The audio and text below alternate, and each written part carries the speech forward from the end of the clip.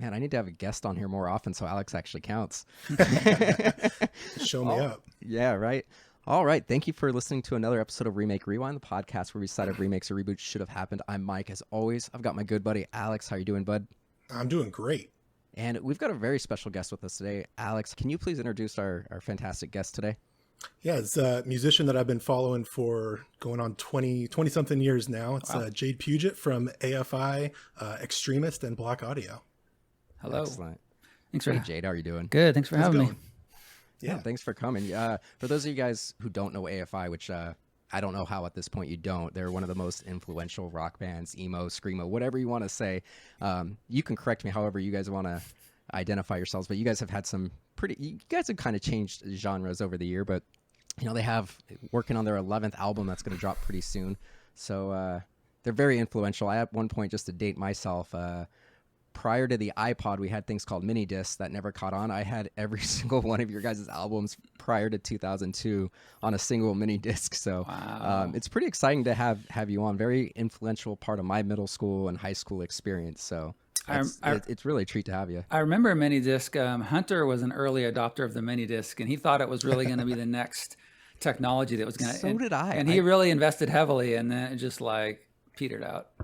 Then the iPod came out the year later, or not the same year, and then it was awful. I begged my parents for a mini disc player, and then the iPod came out, so I couldn't get an iPod for like 5 years because I got the mini disc player. Man. Show's wrong. Yep, absolutely. So we let Jade pick the movie, so can you introduce what movies we're going to be talking about today? Yes, I chose The Thing from John. Yes. Obviously, John Carpenter's version is the one that I chose, being one of my favorite. I'm a big horror fan, so one of my favorite horror movies of all time. And then we're comparing, contrasting with A Thing from Another World. Yep, classic right. B movie from the 50s. So those of you guys who've listened to the podcast for a long time, this will be the second time we've covered this. But luckily, the way Apple Podcast works, you can only ever have 100 episodes on. So we've actually passed where we've covered this. So you can't even get this episode anymore. So it's kind of fun to go back and rewatch and rediscuss one of the most influential horror films of all time. So we're going to talk about the 1951 first, The Thing from Another World. And I'm glad I get another shot at this because last time we did this, I kept referring it to as a thing from another planet. And my co-hosts were just ripping on me the whole time because I literally did it every time I referred to the movie. So I've been calling it The Thing from Outer Space up until today. I mean, all these are correct. All these are correct. So It's true. Alex, can you give us a quick summary of this movie and then we'll just dive into the conversation? Yeah, the film storyline concerns a U.S. Air Force crew and scientists who find a crashed flying saucer and a humanoid body frozen in the Arctic ice near the craft. Returning to their remote research outpost with the body still in a block of ice, they're forced to defend themselves against the still alive and malevolent plant-based alien when it is accidentally defrosted. The accidentally defrosted part is probably my favorite part of the movie because they unleash this alien because somebody put an electric blanket on a block of ice. That was like some that's Beverly kinda Hill. awesome. It was like some Beverly Hillbillies, like, you know, Mr. Magoo shit. like Jethro puts like the blanket on the freaking ice. It feels like Burn After Reading or something, like some horrible just crisis is started nonsense. by a stupid mistake. Like it's almost like a spoof level kind of nonsense to get this movie going. Prior to watching this for the podcast, have you seen this movie before, Jade? I have not. I mean, just because I'm a fan of The Thing, I knew that it was sort of a remake. Although I guess it's not really a remake. They're just kind of sort of based on the same source material. But Yeah, I was aware source of it. material is great. The book. I should have read that, but especially being a fan of the movie, but I just never got around to reading it. It's short. It's only like We should have 130 watched pages. every single version of this and read the book leading up to this podcast. I actually didn't even know that they remade one in, was it 2012? Well, the 11, 2011 is a prequel, and it takes place in the Norwegian camp, and it's weird because they actually filmed it with practical effects, and then the studio went, "No, let's do this again with CG," and then they used CG to paint over the practical effects, and it's 2011, so that was in that stage where people did CGI when they didn't need to, so it ended up making a worse movie. Like, people laughed at that movie at the time because of how bad the special effects were. And the director and the special effects guy were pissed because they're like, and you can see behind the scene footage where they actually made these huge animatronics and all these like puppets that were like worn on people. Oh, So man. it was incredible to see the behind the scenes stuff, and then the movie is just atrociously bad. And they came in too early for someone to say, release the practical effects cut. Practical effects cut. Post Snyder, I think that would have happened. I'm glad that I skipped it then. Yeah, I'll have to miss it's that not one. worth watching. Yeah.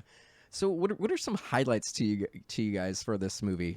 Because I don't want to just make fun of this movie because it's a 50s movie, so it's really easy to go back and make fun of it. I think I don't want to make fun of it at all. I really enjoyed it. There are a few things I want to make fun of, but it's a fun movie. It's it's less than an hour and a half, so it's very easy to watch. Yeah, that But, was any highlights for you guys? That was a good part. Being a huge horror fan my whole life, I've never really been much of a classic horror movie fan because the reason that I love horror is because I want horror to be disturbing, you get that visceral dread, that despair, that hopelessness. I want to be horrified. I want to be frightened maybe. And obviously classic horror doesn't do that. I mean, I'm sure it did it in the day. To whoever watched this in the theater was probably had the same experience of me watching Texas Chainsaw Massacre or something, but it's just hard to, it's hard to compare two movies that have leave me with such a different feeling. Like you say, it's easy just to watch this movie ironically and laugh at all the sort of corny elements of it. There was a couple of cool things. I like old movies in general. So, I mean, just the sort of nostalgia element of it, of watching an old movie was cool. Anything involving the horror or the creature was just too silly for me to take seriously, unfortunately. Yeah. It's kind of Frankenstein-esque. Yeah, it is very just generic Frankenstein monster that just happens to be a plant man. It was a big lumbering guy. I did like though, I don't know if you guys remember at the end when he's walking, they set the trap for him and he's walking towards them, but he's not walking on the path and it's going to not work. And he does that little hop. Because they throw a wrench at him? Yeah, and he does this little like dainty hop back onto the path. I was loving that. That was like one of my favorite parts. Yeah, just to tee up that scene.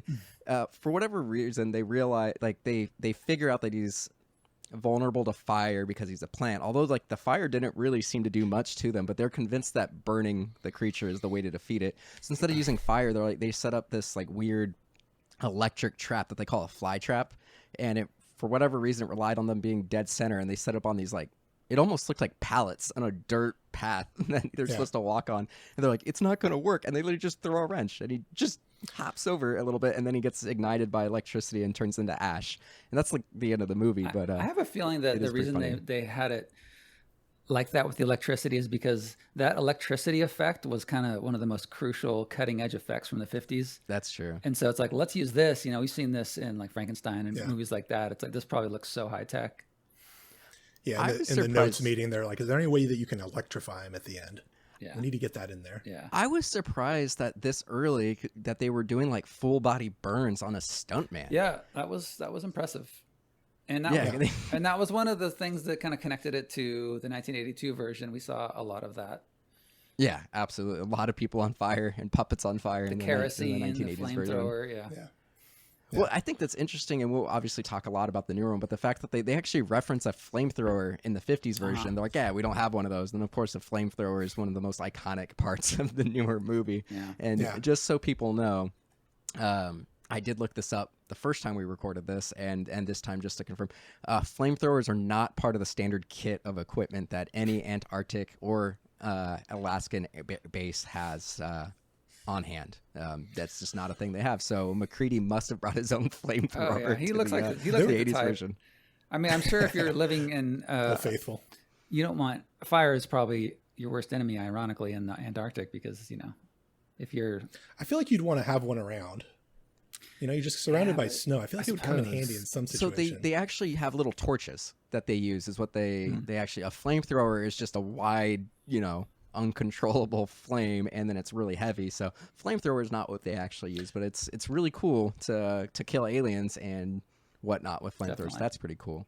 There were a lot of flamethrowers in the 82 one. Yeah, I think there was like 4 or 5 at some point. Yeah. I mean, they have more than one, because at one point 2 different characters are running them at the same time as a failsafe. So it's pretty bananas. One of the things that I really liked about the original one was, and I thought this was funny, is they send the lead character, Pat Hendry, the captain, to investigate a UFO sighting in Alaska. And they go out and they're like, we only have an hour. And like, they think it might be a Russian plane. This is the height, of the Cold War. And so they're thinking they may have a downed Russian stealth plane. And they give this guy an hour to go excavate it from the ice. So they end up blowing it up on accident with thermite. Not Cold War, though. Communism. But before they go to actually blow it up, they're like, oh, we need to, figure out how big this is. And so they don't have tape measures. They don't have ropes. They don't have anything like that. They literally just have all the little guys. And of course, our listeners can't see this, but we're on a Zoom call. But like all the soldiers put their arms out and then they just like touch fingertips and then they make a circle. They're like, oh my God, it's a perfect circle. I thought that was great because, like in the 50s, flying saucers were the thing. Like, everything was a flying saucer. So the music did this super dramatic swell when we realized it's a circle because, of course, it's a circle. It's a flying saucer. Oh, shit. Yeah. It's going down now. Well, they essentially said that. Obviously, they're not going to say, oh, shit, in a 1951 movie. But they're like, by God, we did it. Holy cats. A real flying saucer. They said, holy cats. Must have been 20 times they said that in this movie. Yeah, I didn't realize that was such a popular saying, holy cat. I don't think I've heard it in anything but this movie. No. So, did they say kinky at one point too? I have kinky in my notes and I don't know why. Something must have been kinky. If either they were kinky or they said it, I don't know. I mean, I think those pulsating, the little bulbs that the plants that the scientists planted later were kind of kinky. They look like little testicles. Yeah. Speaking of kinky, the whole romance element was totally bizarre and shoehorned in there. I'm sure in the 50s you had to have some kind of romance element to every movie, but it was so strange and unnecessary and just didn't work. And she's barely in the movie. Like, it's just implied that they broke up at some point and they started up again. But like, there's no charisma or anything. There's no chemistry between them. And you're right. It seemed forced. It doesn't serve the plot. It doesn't serve the story. It doesn't make any sense. Yeah, they don't rescue. Maybe it would have come into play if they did the generic damsel in distress thing, but she pretty much just stayed at the reception desk the whole time. The first scene where they're at the other base and they're all around the table, they're very creepy, talking about like, oh man, let's get up there. Some women up there, like we need to get up there. There's be some girls, and they just keep coming back to it. It's very odd. I mean, maybe it was not. It is odd for that era, but very uncomfortable. Yeah. Yeah, and that's one of the things that was criticized in the second one in the remake is that there's no female characters. And there were people, when the movie came out, it was like widely hated. And one of the complaints was there's no female characters, there's no romance subplot. And I think, it's been reassessed in the 40 years since it came out. And that's one of the main points is talking about how having an all-male cast is part of what Carpenter is trying to do. It adds to the horror. It adds to the sense of isolation and paranoia. And having a romance subplot in there, like, would not have served it at all. They could have cheapened it. I mean, they could have had a female character without a romance subplot. I mean, look at, like, Alien. Yeah. They could have done something where it would have made sense to have at least one team member be a female and it need to be like McCready's. Like, is he so attractive? Of course... There's this like if this came out after Aliens did, I think they probably, it came out after Alien, but pre-Aliens. And I'd say this is a little bit more action heavy than your typical high concept sci-fi at the time. Like Alien, towards the end of it, obviously she's trying to get away from the alien and the xenomorph and, ultimately jettisons it into space. But I think if this came out just a few years later, so Aliens was 86? So if this came out after 86, I bet we would have had a female character in there. But I think there was actually an actress cast in one of the roles, and she had to drop out for some reason. And Carpenter recast her with a male. There you go. So it was Keith David's character, Childs. No, I'm just kidding. I have no idea. Keith David's so fucking cool, man. Yeah, so just Childs. I love Childs, but Childs the best. Yeah. So just to kind of start wrapping up the original one so we can get to the newer one, because clearly that's the one we want to talk about. Really the only thing that both times I watched this that really just I didn't understand was that what I liked is there were two scientists in the original one that kind of had contradicting views on how they should handle the alien. So Dr. Chapman was just like, yeah, we should probably just keep this thing on ice. Like, it could have diseases. We don't know if it breathes oxygen, and it could make us hella sick. Like, let's leave it alone. And then Dr. Carrington was like, no, like it came in a spaceship, so it's clearly smarter than us. And then they figure out that it's a plant. And so he's like, well, because it's a plant, it clearly doesn't have sexual desires, and it doesn't have ego, and it doesn't have jealousy, and it has, you know, all these things. And he's just like, based off nothing, he just comes up with this idea that it is by far a vastly superior and doesn't have emotions and whatnot. And that really kind of still bugs me to this day, where it's like, how are you basing this on something you haven't even seen? Well, I think this movie had... Go ahead. Good. He got the supernatural backhand for all of that. For all this trouble. So, you know. Yeah.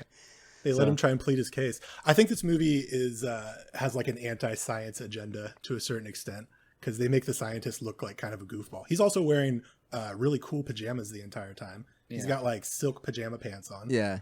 His hair changed throughout. Dope, like, but it looks kind of silly. When we're first introduced to the Doctor, he almost has like a Doctor Strange, the classic evil scientist, like with the dark hair and like the gray temples, and then like they like sprayed on his hair. The next scene, like he's just like straight gray haired. Like his hair was different every time he was on camera. But you know, it's a fun movie. It's, you know, 1951 movie. It's definitely worth watching. You know, even like we said, kind of ironically. I think the movie is paced pretty well. Like it's only an hour and a half, and it was I didn't feel it really dragging at any point. No. You know, it feels dated, but I was keeping up with it the whole time, man. I had a good time. I felt like I could really see the influence in movies like Alien, which Ridley Scott ended up saying this was an influence on Alien, and like doing the Geiger counter that beeps when it's getting close or whatever. I saw a lot of like Jaws in it too, because they were sort of hiding the monster for a long time and keeping him looking mysterious, although he ended up looking kind of silly at the end.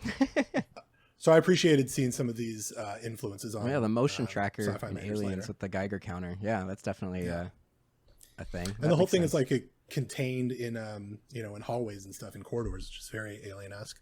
They almost killed themselves with the firebomb when they burned them the first time. I mean, they did that in the second one too. It's like they're constantly setting their like huts on fire. The one thing that is strange to me is making the creature a super carrot, or whatever they called him in the movie, like a plant. Yeah, super carrot. Yeah. Because the original source material, it was more like the '82 version, where he was, he was able to mimic. He's an organism that can mimic other people. It's like that's such a more interesting idea. Also, you could have had. That doesn't take any special effects to do that. It could be like, here's like your compatriot, and you don't know whether or not he's the creature. It's like that would. I just don't know why they created this unnecessary left turn from the source. I mean, material. you had the creature from the Black Lagoon, and all the blob and everything. So like monsters were a big thing in the 50s. So I kind of get it, but as we get again, into that's one of the complaints about the second one, is that there's not a monster that you can perceive. It's a thing that's hiding inside of everyone's bodies. Biggest difference between the book, it's actually a novella, because it's only like 100 and something pages. In the novella, it has a default form, and it's just like it's a slightly shorter than human. It's blue, kind of bulbous, has 3 red eyes, and like long blue, kind of like dreadlocks kind of thing. So it does have a default form that it almost like Mystique in the X-Men, that it has to like, if it's gonna go from me to Alex, there's an intermediate stage where it goes to its default form before it goes to Alex. But the book and the 80s version, obviously the 80s version has a lot of violence and everything in it. Very, very similar. They do the same thing with the blood test to, they damage some blood to see what happens. It's very, very similar. In fact, but there's a lot more people. It's a much larger base. I think it's actually on a ship. It's been 5 years since I've read it. But they actually, when they do the blood test, they actually find 14 imposters when they do that. So it actually is much more rampant because it's a much larger population. But it's actually very, very close to the source material, the 80s version. So it's definitely worth reading. You can get it on Kindle or whatever. I think it might even be free on Kindle. Although if you have to pay for it, don't give money to Amazon if you can avoid it. But that's up to you guys. I'm not gonna tell you how to shop. Any final thoughts on this one before we start moving to our other segments? I think that's my thoughts on it. I like the dark-haired guy that always had an idea. Like 5 times throughout the movie, he was like, "I got an idea, boss." Yeah, that guy was cool. That's my last thought. Oh, I guess we didn't talk about the reporter at all. Like the whole time there's a reporter and everyone's cool. Like, "Shut up, reporter." And then at the end of the movie, when they finally gets the story, he passes out. Yeah, Ned Scott. I like Ned Scott. He's probably my favorite character. He was Yeah, constantly he's fun. He's the point of view character. He's clowning the captain the entire time, just like talking the most shit, and no one ever like paid any attention to him. He's got just away bashing with the everything. military Yeah. the whole. You can actually say you said it was kind of anti. What did you say it was, Alex? Anti what? Anti-science. Because it's like anti-science. Yeah. It's also kind of anti-military because he just like caps on it the entire time. Yeah, I see where you're saying that. I feel like it's kind of pro-military. I take that back. I think it's it ends on like an optimistic note, and I'm doing air quotes because I think it's very like jingoistic, like nationalistic. Like it's very like, and if you think about the subtext of McCarthyism and communism and stuff, I think it ends on a very like go USA like kind of note. USA beat the aliens. Pro-military. Yeah, I think I read that it was, in the end, the scientists were the ones that were blowing it. It took the U.S. military to come in and save the day. Oh, interesting. At the end, it was the military that triumphed, not the scientists. The scientists kind of actually were ruining things. And I think any movie from that era is all. I don't know. It would have been pretty ballsy to be anti-military at that point, but I just thought it was interesting having that reporter character just like, oh, the military's not going to let me do the story. The military's not going to let me do the story. I want to do the story. So I kind of read it differently, but no, I think you guys are right that but the only time the rest of the military guys approve of Ned Scott the journalist is when he like tells their story and says like the military won this. That's true. No, you know what, I take my comment back. You guys convinced me. And it's just worth noting that this is from iconic studio RKO Pictures, which of course is no longer around. But yeah, it's a fun movie. Check it out. So with that being said, and I'm going to let you go first, Jade. Can you tell, what have you been up to, bud? That's the name of the segment. But, what have you been watching, enjoying, and everything? I know you're pretty busy with your new album coming out, but what have you been enjoying? Yeah, I mean, I only really watch stuff at night, so I don't have that much time to watch stuff. But my wife and I just started Mayor of Easttown just because everyone's talking about it, so we had to. Oh, on HBO Max? Yeah, we had to see what this is about, and we're only 3 episodes in, but it's good. So that's sort of the newest thing I watched. I watched Legendary, which I love, which is obviously a completely different thing, which is sort of like ballroom drag competition. I believe that's also. I've heard of that one. I think that's also on HBO. But I love like all the drag shows. I love drag in general, so I love that show. And my wife and I like a lot of British humor, British sitcoms, stuff like that. So we just finished watching all of this show called Stathlets Flats, which is just like a British. Never heard of that British sitcom. It's pretty. It's kind of obscure. It's current though. It has 3 seasons or series, as they say. But I love. I love that show. Excellent. Nice. Alex, I'll let you go next, bud. Yeah. Scarlett and I rewatched all of the Saw movies. I was enjoying your ready for Letterboxd Spiral. reviews. Yeah, man, that was watching those movies felt like being in one of those movies, man. They really started going downhill after the third one. But once we got into it, I felt obligated to finish the series to get ready to go see Spiral. So I think we're doing that tomorrow or Saturday. Just a quick aside. But just a quick aside about Saw. Yeah. We were on tour for I think December Underground, and we were in Toronto, and we had a day off. We were staying at this hotel, and I was out doing something, and I got back at like, this might have been actually Single Star, but anyway, that's not important to the story. I got back to the hotel at like 3 a.m. or something, and I get in the elevator, and it's like completely deserted. The streets are completely deserted.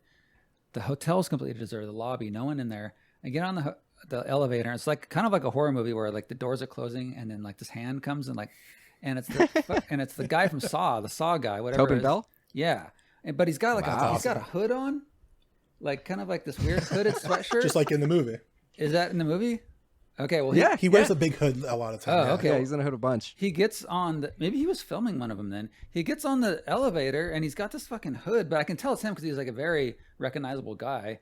And he's just sitting there with his hood and like not saying anything. and it's like, it's very bizarre. And it's kind of creepy because like I say, there was like, he and I were the only ones in existence at that point. So I was really hoping he was going to get off like before I got to my floor. Both Maybe they were albums shooting you- that. Both Maybe albums you're in the you mentioned background. sorry, Alex. Go ahead, bud. No, I was saying maybe they were shooting. Maybe you're in the background. I was of one gonna of these say, Saw movies yeah, and you don't 'cause even know. December, you mentioned December Underground. Uh-huh. That was what, 2006, and Yeah. then Sing the Star was what, 2003. Yep. those that's when those movies. I worked at the movie theater during that entire from 2004 to 2007, and that was I worked there when 2, 3, and 4 came out. So yeah, both albums that you mentioned would make sense for one of the Saw movies. So that's it's pretty funny. They had Chester Bennington in the sixth one, I think. So they were looking for musicians, you know. Yeah. He had one of the better kills. I heard the kills got better in those movies, but the quality went down. I've only seen the first 4. Yeah, I mean, I feel like I'm bagging on them now a lot. I feel kind of bad. But the first 4, I think, are the good ones. Nice. The first 3. I also watched the new Bo Burnham special on Netflix. I'm watching that Inside. tonight. Dude, it kind of blew my mind. It's really fucking good. Good. It's like it's more of an album, actually. It's like a visual album, which I guess is like kind of what Beyonce did a few years ago, right? Yeah. But yeah, it was super good. It's like it's all about being stuck inside during quarantine, you know. So it feels kind of heavy. And I know you watched Freaks and Geeks because you and I talked that's about right. that a little bit. I've been watching and I finally finished it, and you did as well, right? I shotgunned the entire. So I started going back to the gym about a week and a half ago. So when I do cardio, I watch something. So I was able to watch all of Freaks and Geeks in like a week. Because I'd watch one episode while I was on the elliptical, and then one episode on my lunch while at work. So yeah, I finished. I'd never seen it before, and it's been on my list to watch for the last like 10 years. And I finally like pulled the trigger, and I was so sad when I got to the last episode because I loved every episode. Because I also just finished Pen 15, and while Pen 15 is more comedic than Freaks and Geeks, which Freaks and Geeks is funny, but it has more drama to it. It was crazy how much it really resonates with what like high school actually is like. Like there were so many things they were doing, and it takes place in 1980, and I was born in 88. I know you guys are both a little older than I am, but still, even like seeing how high school worked in 1980, like it still resonated with like how high school was in, you know, the early 2000s. Like there was still a lot of just taking the technology out, but you know, the way the dynamics and stuff were still there. So I should try to watch that. It's fun. I tried to watch that one Yeah, it's time, great. and I watched the first episode. It was like one of those things where it just didn't take, so I didn't continue on. But maybe I should. I love Pen 15, so let's just try to watch Freaks and Geeks again. Oh, Pen 15 is great. And then just to wrap out what I did, just so we can get to the next one. I watched a documentary about Studio 54. I don't know if it was on Netflix or Hulu, but it's just called Studio 54. And holy crap, that whole backstory. I mean, I didn't realize. I know Studio 54 is iconic, but it was only around for a year. I had no idea it was like a flash in the pan. But that documentary is insane. I watched that documentary. And it's really good. Yeah, it's good. And then finally finished Anthony Bourdain, No Reservation. So now I got to find a new cooking show to watch. And I went back and watched National Treasure. I've had it in my when Disney Plus first came out, 2 years ago. I saw National Treasure on there. I'm like, oh, I'm going to watch that. And it's like coming 2020 because they didn't have the rights to it yet. It was still some other network had it. National Treasure is really fun, and I really hope It's fun, man. when the Uncharted movie comes out, I want to watch it again and do an episode on Uncharted and National Treasure because there is a lot of overlap in the concept of those movies and video games. They're doing the Bourdain documentaries coming out soon. Oh, really? Yeah, it's supposed to be Definitely really gonna have to watch that. Yeah, Excellent. Have you watched The Last Table or Final Table? No. If you're looking for a new cooking show, it's on Netflix. It's really good. I think that one's in our queue. I know my wife puts literally every cooking show on Netflix. Yeah, and Hulu in our I've queue. watched a ton, and that's one of the best ones that I've seen. Excellent. I'll put that on the short list to watch.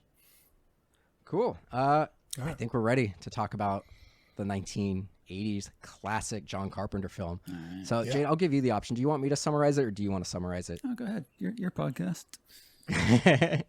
All right. So this one is a little different. This one's in Antarctica, so it's on the exact opposite hemisphere of the original movie. But this takes place in an Antarctic research center, specifically the American Research Center. And the beginning of the movie really starts off with, I'm just going to say this at the top. This movie rips from beginning to end. There are like no wasted frames in this movie. Like the movie starts with a helicopter chase, some Norwegians chasing a dog, shooting at a dog, throwing a grenade at a dog, and then accidentally clipping one of the American researchers. So they end up killing these Norwegian guys after they blow up their helicopter on accident. And turns out that the dog was a shape-shifting alien that can absorb and assimilate biomass and perfectly replicate any organism.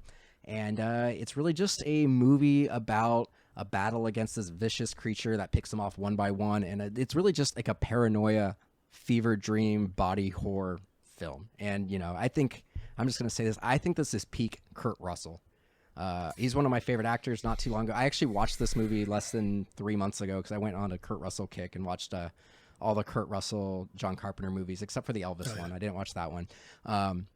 But I think this is peak Kurt Russell. Like, if I had to pick his definitive role, really, it's this or Big Trouble in Little China. Big Trouble in Little China's got to be the definitive Kurt Russell, John Carpenter role. I love that movie, but there's just like the cool factor of McCready in this. Like, McCready just has some great one-liners in this, like constantly calling the Norwegian Swedes, like, "Oh, you really want to go save those Swedes, don't you? They're Norwegian." And then when they get to the Norwegian camp, "Hey, Sweden!" I think it's fantastic. I feel like Big Trouble is more true to Kurt Russell's actual nature. You know, feels like he's just playing a caricature of himself. Or Santa Claus in the Christmas Chronicles. He owns the Santa Claus role. He says that's his favorite role that he's ever done. But for whatever reason, McCready has just always resonated with me. Just like cool, calm, collected, even in a terrible situation, but still has that cool factor. I mean, I love McCready, but I would even say Snake Plissken is better. Like, I'd say McCready's a third, even though I love this movie. Yeah, that's fair. I want there to be another Escape movie. They're making one. It's just, and they're at one point there was going to be a remake with The Rock, and then at one point it was like, no, it's actually going to be a sequel, and it's going to have The Rock. And then there were talks a few months back that his son Wyatt Russell was going to do it, and Wyatt was like, "There's no way in hell I'm taking one of my dad's roles." Smart guy. Why can't Kurt do it? Like Escape from Fresno. Let's do a sequel. Or something. I think Carpenter could Escape do it too. from Fresno. Yeah. Yeah, we could make a list of different places that he can escape from. They could do it forever. I mean, I think that would be pretty cool to have, man, my mind's really blanking on something. Like the most recent Halloween movie, like have this character come back, 40 years later and still being like a badass. Like that would be pretty cool. I would watch another Kurt Russell Still escaping movie. That feels very Demolition Man-y, which I don't have a problem with. No, not at all. I love Demolition Man. All right. What All are right, some back to the highlights thing. to this one? I think everybody's seen this movie, so I don't really want to drain the plot and go from A to Z. Although with this one, it's really easy to go back and do that when you want to talk about all the different points where people are assimilated and whatnot. But what are some highlights? I'll kick this off.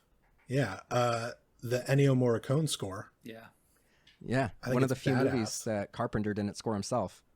Yeah, and I guess he's it's understood that he's like uncredited, that he did do some work on it, but credited to Ennio. And one of the cool little trivia facts I picked up was that Ennio Morricone got a Razzie for this because nobody liked this movie when it first came out. And then Quentin Tarantino was doing Hateful Eight and used some unused bits of score from Ennio's score for The Thing in Hateful Eight, and then Ennio ended up winning an Oscar for that. No shit. The first part over the credits, I think it is. It's so cool. It's almost like an electronic Godspeed You Black Emperor. Like, it's just this kind of dissonant, atonal, ambient thing, but it's super creepy, super cool. Could be on a movie today. It's like not dated at all. Really cool. No, it's great from beginning to end. The mood is just you're immersed in the movie immediately, and I think the score has a big part of that. Yeah. One thing we didn't mention This movie is cool is that I didn't realize this till I watched the 50s one, is that the title with the burning through, that is such a cool thing. One. I didn't realize that was from the original. So that was like pretty much the coolest thing from the original, in my opinion. Yeah, no, the logo is pretty tight. I watched a video just cruising around YouTube where these like film guys recreated how they made that logo. And it's the same, it's a different shot in both movies, but it's the same effect. They just recreated it for the 82 movie. And it's like they made an animation cell that says the title, The Thing, and then put a piece of black plastic behind it and set it on fire and had light shining in through the back. And I was just thinking about that while I was watching. It's such a cool effect. Very cool. I'm so glad they remade it. I think that's a big part of why this movie stood the test of time and went from being one of the most hated movies of its time to being one of the most iconic movies that's still in the zeitgeist, that people routinely talk about it being one of their favorite horror films, let alone just, a favorite film. I would honestly put this movie in my easily top 25 movies. I watch this movie at least once every single year. And I feel bad because even though I watch this every year, I don't know any of the characters' names except for Childs and McCready. Uh, and Blair. Well, yeah, Windows. Get into Windows. Windows, yeah. Windows is That dude- the radio guy, right? Yeah. I wasn't calling him Windows. I was calling him like DJ Shades or something. He looked like a radio. A little like Wolfman he was Jack spinning wannabe. records. You know what I forgot about rewatching this, even though I've seen this a bunch, is I forgot that the very first scene of the movie is the flying saucer approaching Earth, which I thought was Yeah, the pre-credits. was kind of lame and corny, and because everything else about it is so cool, like opening with the dog and like just dropping you in this world, you don't know what's going on. It just makes it so much cooler to keep everything hidden and just kind of dribble out the plot points, but showing like here comes the alien flying saucer. That was just like, if I were a gambling man, I'd say that was a studio edition. I thought the that they same made him thing. put in. I thought the same thing. If I was going to go back, this is a Universal movie, so their title card is the Earth with Universal over it. If I was going to make one change to this movie, it would be doing the Universal title card like that, which they didn't do for this movie, and then having the saucer fly into Earth from really far away. So it's just And then subtle. freeze. That would be cool. That's almost like Borderline some Mel Brooks move, though. No, it's subtle. It's subtle. For It's not like people Mars who've been Attacks. listening to the podcast for a while, that is probably Alex's favorite thing is when Universal does something cool with their logos, like It's true. with Doom, I can name you a whole bunch of them too. I love it. I always say Final Fantasy when I'm talking about Fast and the Furious because I just see the FF. And we've covered every Fast and Furious movie as bonus content on this podcast. Sure did. But the Fast and the Furious 2, the globe turns into a wheel and then drives off. Yeah, that's like your favorite shtick in movies is doing something funny great, with man. a clever. Scott Pilgrim is all pixelated. Yeah. The pop star one has like jumps up or like goes up and down with the music or whatever, and it becomes like a hip hop beat. Anyway, So I don't remember why we got up where I was saying, but I was going to say what I think makes this about movie the stand UFO? the test of time is the fact that it is a practical effects driven movie, and I think even if a practical effect doesn't necessarily look real by today's standard, just knowing that something was physically there just makes it better. Like you look at a lot of like the Muppet movies. I think that's what makes the saucer feel weird. Yeah. That makes total sense. But the fact that there's just like this visceral component of seeing, and it's, obviously these aliens don't necessarily look real. They look puppet, but seeing the blood and the pulsing and everything, like it just gives you a visceral reaction knowing that the actors were there in a room with this thing that's just freaky. So I think that even looking at it with 2021 eyes, that most of it's pretty cool. It's like very little corniness to the effects. Yeah. What I like about it is when you notice, and I think this is a little bit of my headcanon, and I'm sure I'm not the first person to say this, but the way that the creatures react differently based off their size, like when it's, in a human form, obviously it's going to try to, I feel like based off, how much maybe nerve tissue and brain tissue is in the creature really decides how they're going to react. So it's like obviously the blood when it gets the hot needle just reacts, and then like when it's the head after it's the guy fakes a heart attack and then the stomach opens up and bites the doctor's arms off and then the head rips off and it goes and hides. Like it doesn't really stay hidden. Like it kind of like peeks around corners to see if it can go. So it's not that smart. But then as they're human, as it's like in a human form, it kind of tries to blend in and it'll attack its own self. Like it'll attack another copy of itself to stay hidden.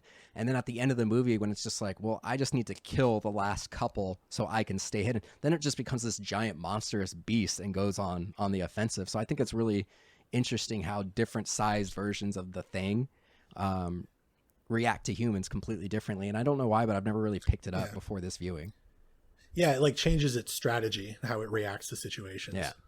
Whether it can survive or attack. Have you guys played that game Mafia, or it's called Werewolf sometimes? Mm-mm.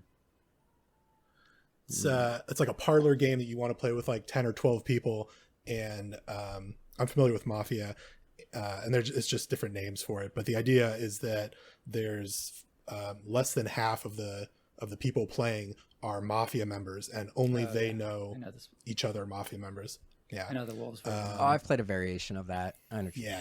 I've been and then playing. you vote somebody off, and then the Mafia gets to kill somebody. That's what this kind of reminded me of. If anybody wants to really get a very watered down version of what it's like to be in one of the guys in the thing, it's one of the most popular games out there right now, Among Us. Is essentially just like an 8-bit, 16-bit version of this, where you can set it to it's 10 players, and you can set it at 1, 2, or 3 imposters, and most of the crew are crew members, and they have to go and do tasks to save the spaceship so they can get back. And then there however many imposters there are, and they sabotage systems, they kill the other players, and then anytime a body's found, you do a vote, and you got to try to find out who the imposter is. I've been playing the hell out of that for like 3 months, and it really does feel like this. There are parts where like you have points where you're chatting with the other players and trying to figure out who the imposter is, and like you get people who get like really psychological in there, and they're like, this person did this, and this, it's them, and they get really angry sometimes. And then there are other people who just it's really fun. I play at least 3 or 4 games a day because I love the thing, and I like playing the game and feeling like, I like to feel like I'm McCready being like puppet mastering everybody, being like, no, we got to do this. There's the strategy. This is what we do to find them. So it's but really then fun. somebody is like, wow, Mike's really taking control of the situation. I think that he might be. It happens. Absolutely. Yeah. And so then you got to. Dude, I've been voted out of the first round of Mafia so many times because my last name ends with a vowel. Oh, it's because you're Italian. I know, it's discrimination, man. Yeah, it's man. It's not cool. All right, back to the thing. Any other highlights for you guys? Because I know we talked a lot about it a lot, and when we were talking about the first movie, but any of your favorite kills or any favorite formations? I mean, the head is the classic one. The head spider. The head's the classic. I love the dog one when they go into the kennel. Yeah. That's probably my favorite one. That's another classic. I feel like that was on the trailer. I've never seen the trailer for this because the movie's been around for longer than I've been alive. I like. I didn't remember that the head like shot its tongue out. Oh, and that's then my pulled itself favorite. Along the floor. That's my favorite part about the head guy. That's so funny. And then like later in the scene, there's a shot like on McCready with like a lot of background, and you see the head sort of slinking by, like trying not to get noticed.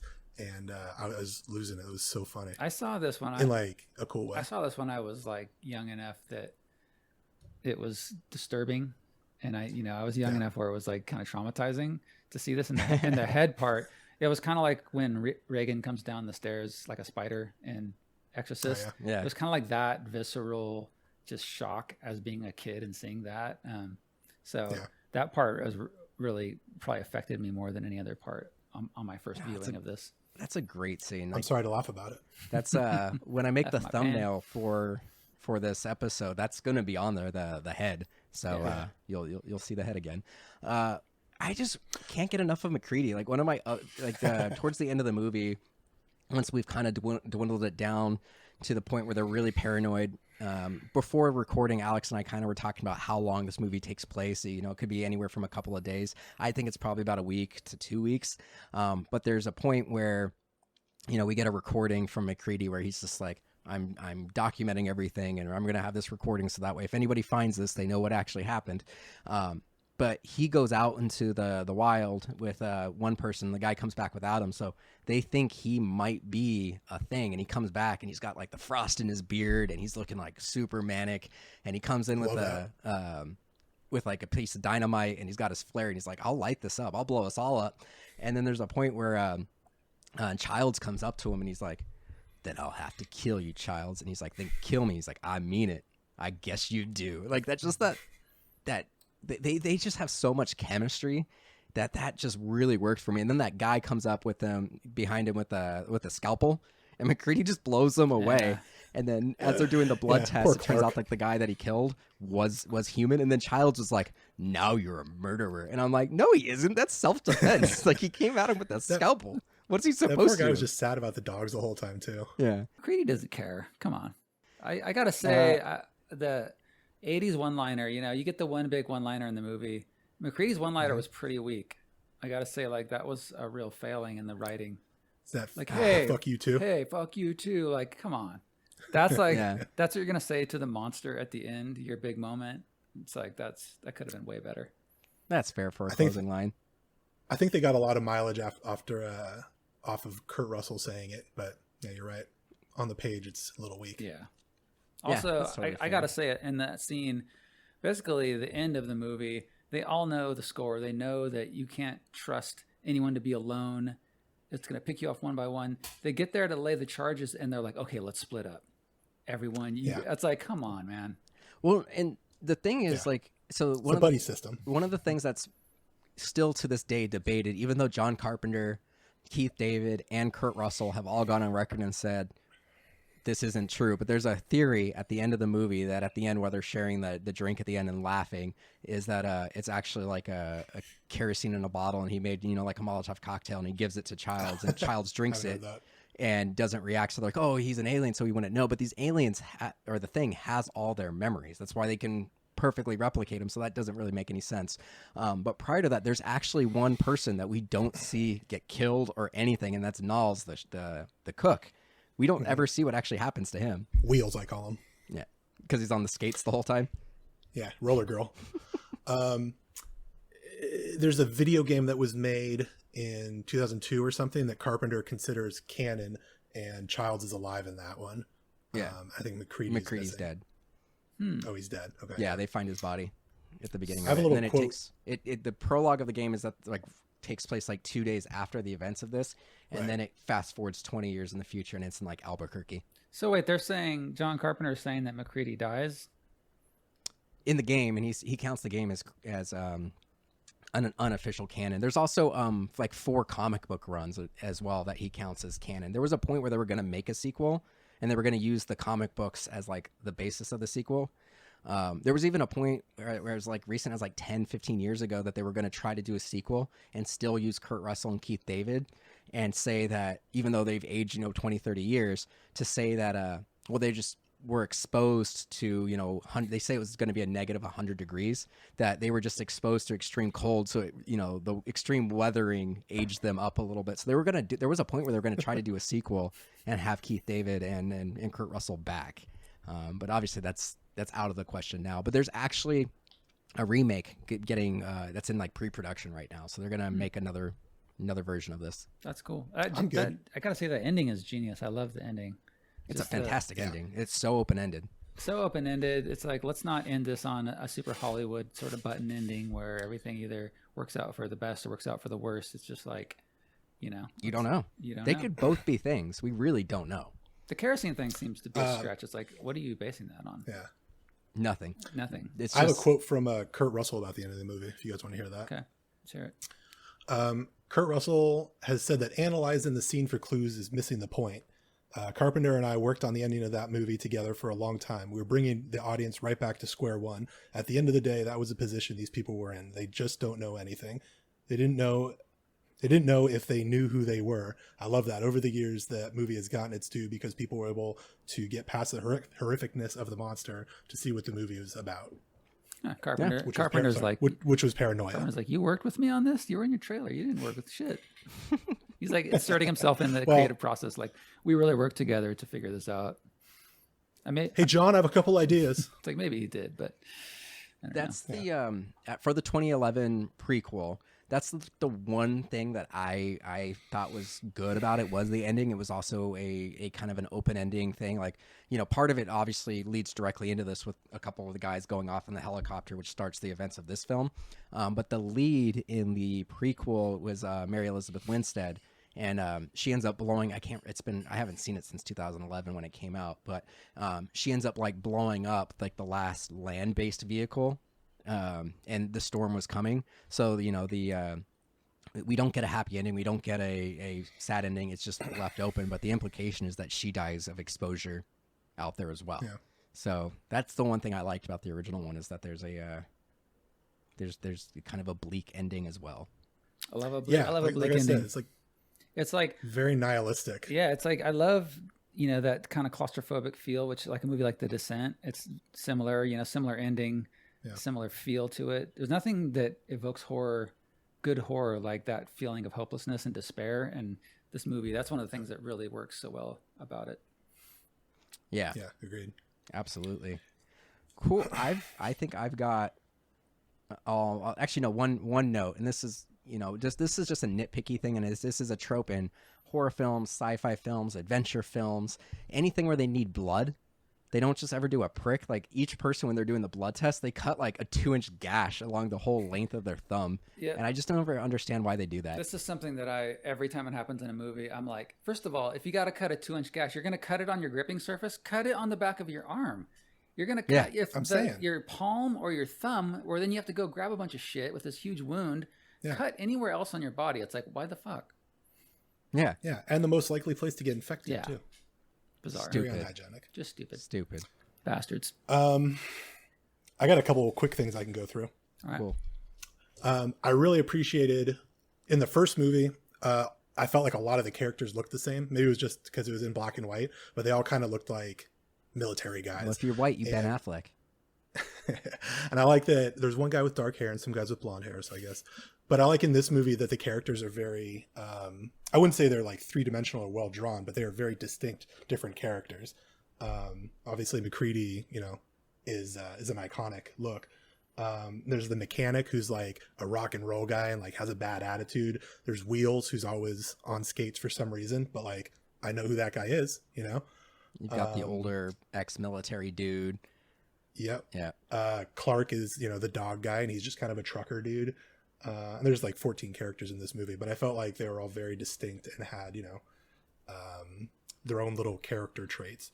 Yeah. And even if they didn't talk about them, it like evokes something in your mind. Yeah. Seeing the original one where everyone is in a suit and tie or a uniform versus this where everyone's just like a casual kind of like hippie kind of slouchy type dude, I really appreciated that vibe way more. I didn't get the vibe that they were actually scientists. Like they're in the American research station, but like what research are they doing? And McCready clearly doesn't care because he like destroys like what has to be a $30,000 chess computer. Yeah, that was I looked up their dumb. jobs. I was like kind of pissed at that. It's like you're in this place. You're in this place where like, how are you going to get another computer like that? Like it's going to take probably months. It's probably super expensive, and you get pissed because you lose the game and you destroy this piece of gear when you're in the Antarctic. Yeah, I agree. But also I like that that was like a character moment that they kind of indicated what he did at the end of the movie, which is he'd rather destroy the game or kill everyone than play the game. And that's maybe a good way of looking at it. So, all right, I'm on board with it. I'm back on board. I'm glad he destroyed the chess. That is a good point. If that was indeed the intention, that is a good point. But if he just did it for some like fuck you moment, then I'm not backing it. So Alex is a screenwriter. And that's a big part of why I love having him as my co-host on here, because we've had a few different hosts on the show with me. I've been here the whole time, but I'm just a film aficionado.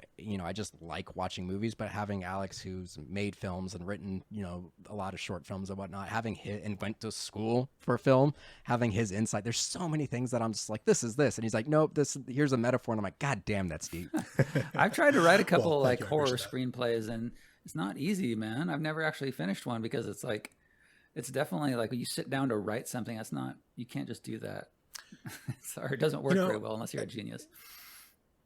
There you go, Alex, you're a genius from Jade. I could talk about the creative process for forever, but I feel like writing a script, even like a short, is very similar to writing music. Like, it's hard to come up with the first version of it. For me, anyway, it's hard to come up with the initial idea and see it through to the end. But once you have like a demo, you can revise it. It's much easier to revise. Yeah, finishing the demo is the problem, though. Something. I come up with ideas. I come up with what I think are great ideas, but then I get like maybe 20 pages in of a screenplay, and I'm just like lose interest. I'm like, this is too much. This is too much effort. This is too much trouble. Yeah, I feel. I've tried to write a book. There's no arguing with 3 times, and yeah, I there was one time where I wrote about 40 pages of like a weird sci-fi time travel thing, and then I was just like, I got like up to a point. I'm like, I know the ending and I know the beginning, but I can't figure out how to get from A to Z. Like I got A through D, and then I just. I think you have to be. Sorry, go ahead. I think it's impressive, like both authors and screenwriters that can just sit down with an idea and realize it like that. Like the fact that Stephen King can crank out a book like every 2 weeks is insane. Yeah, he's from another planet, man. That's crazy. But I think just getting the demo or the first draft down, and then being comfortable with it sucking, but also knowing that you can revise it is very helpful. Maybe I'll write some shitty screenplay then. Yeah, man. I was also going to say I feel like this movie referenced the first movie a lot. Like it almost felt like they were building off of the first movie as if the events took place from the 51 movie in the 82 movie, but obviously it was on a different side of the planet and took place in a different time. But they brought back the axe. The Norwegians had the block of ice. That was cool. I love the block of ice. There's video of them standing in the circle doing the thing that we loved. They talked about using thermite, so I thought it was a really cool way to like pay homage to the first movie without being beholden to any of the events. Absolutely. Burning it with kerosene. When they go to the Norwegian camp, they realize the Well, Norwegians and then use kerosene. the Norwegians helicopter had 15 cans of jerry cans of kerosene as well. So yeah, absolutely.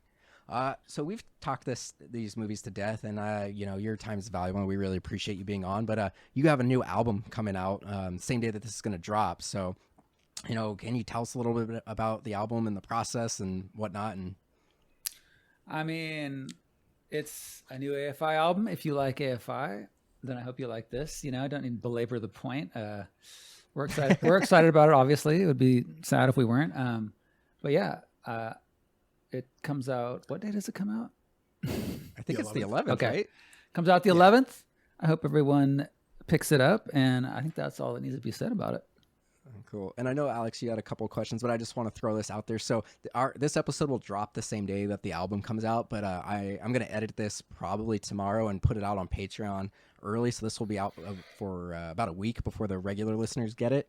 But for those of you who can hear this early, at least on Apple Music, about half the album is already out. You can listen to like 4 or 5 tracks, and I've given it to a listen, and it's definitely a different vibe to like your early stuff, like Sing the Sorrow, Art of Drowning, and whatnot, which is the stuff that I grew up on. But it is still distinctly AFI. Like you can hear Davey in there, so check it out, listen to it. But Alex, I know you had a couple things you wanted to chime in on.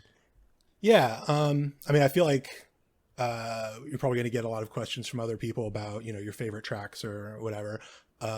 But keeping it in the purview of this podcast, I was curious if there are any films that were influences on writing the songs or soundtracks. I'm really happy you asked that, Alex, because I have a couple of friends who I mentioned that you were going to be on and asked if they had questions, and every single person asked if there were movies that influenced your guys' art and music.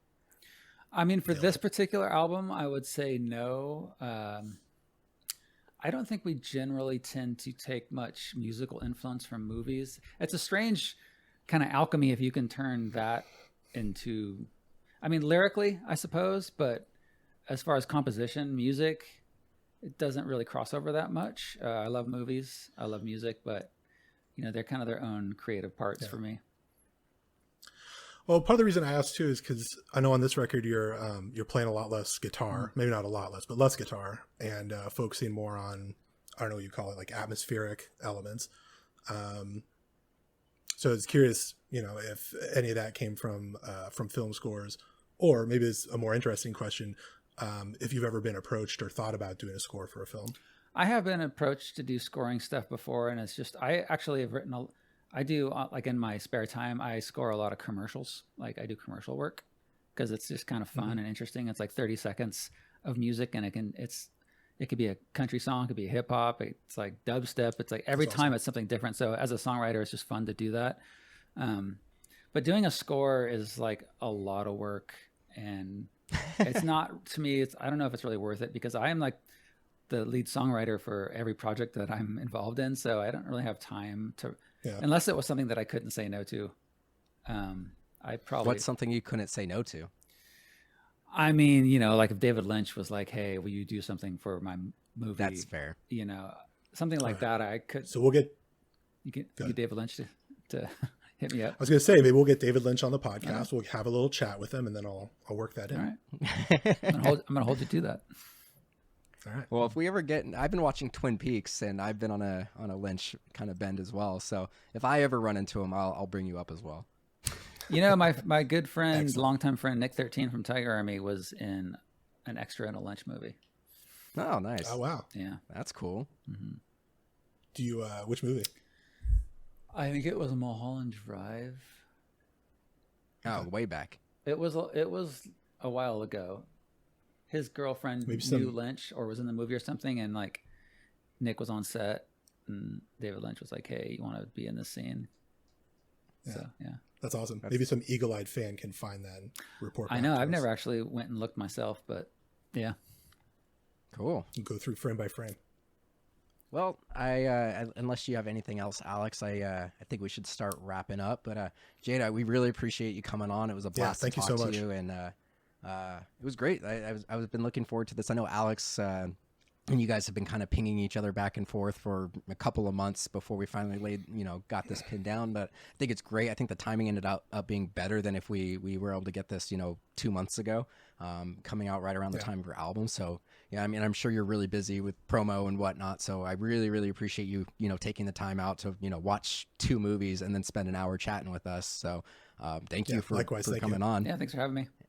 And is there anything else you want to plug? Any other projects, social media, anything where our listeners can find you if they're interested? I mean, I just Google AFI if you want to, if you're interested. Shouldn't be too hard to find us. No. One of the most influential rock bands of the last 20, 30 years. Yeah, pretty easy to find. Well, thank you. I'll do a quick plug. That new Blaqk audio record is fantastic. Oh, thank you. We're Came out actually a few months ago. We're working on a new one right now. Davey hit me up like, I don't know, a couple months ago, and he's like, "Hey, you want to do another Blaqk audio record?" Even though we just did one, I'm like, "Of course I do." So we've been actually working. Nothing but time to work on this. I know. I'm a like. God, yeah, you guys are like workhorses. I was just like trying to figure out like the timeline because I was just remembering, like I mentioned earlier, that I had all your albums at a certain point on minidisc, and like from like 1999 to like 2006, you guys basically had an album almost every year, which is insane. That's like, how it goes with young bands. If you look at any young band, you start out doing an album every year, and then it gets longer and longer.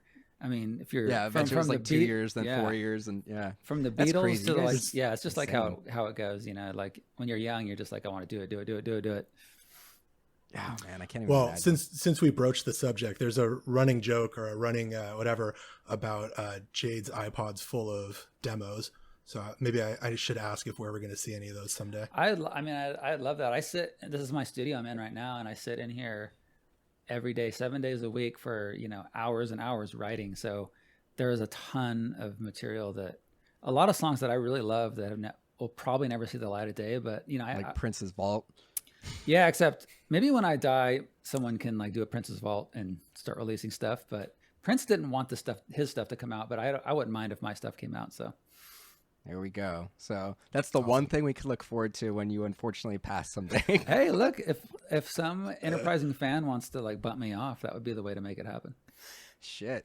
There you guys go. If you guys want, a bunch of content, just find Jade and off him. Don't do that. I'm kidding, but Yeah, let's be careful with endorsing assassination attempts. yeah, I don't want to do that. But let's go ahead and wrap this up. Alex, close us out. Where can our listeners find you?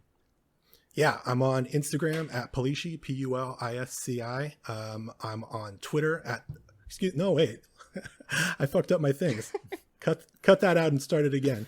Unacceptable. I'm on Instagram at Dysalexic, Dysalexxic. I'm on Twitter at Pulisci, Pulisci, and you can follow along with the movies that I'm watching on Letterboxd. Hey, Letterboxd, come and endorse our podcast. I'm also at Pulisci there.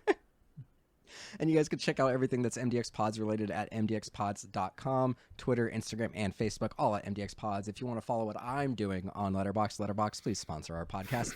I'm MDX Mike, and I've been on there literally every time I watch something, I throw it on there. So check it out, and thanks for listening.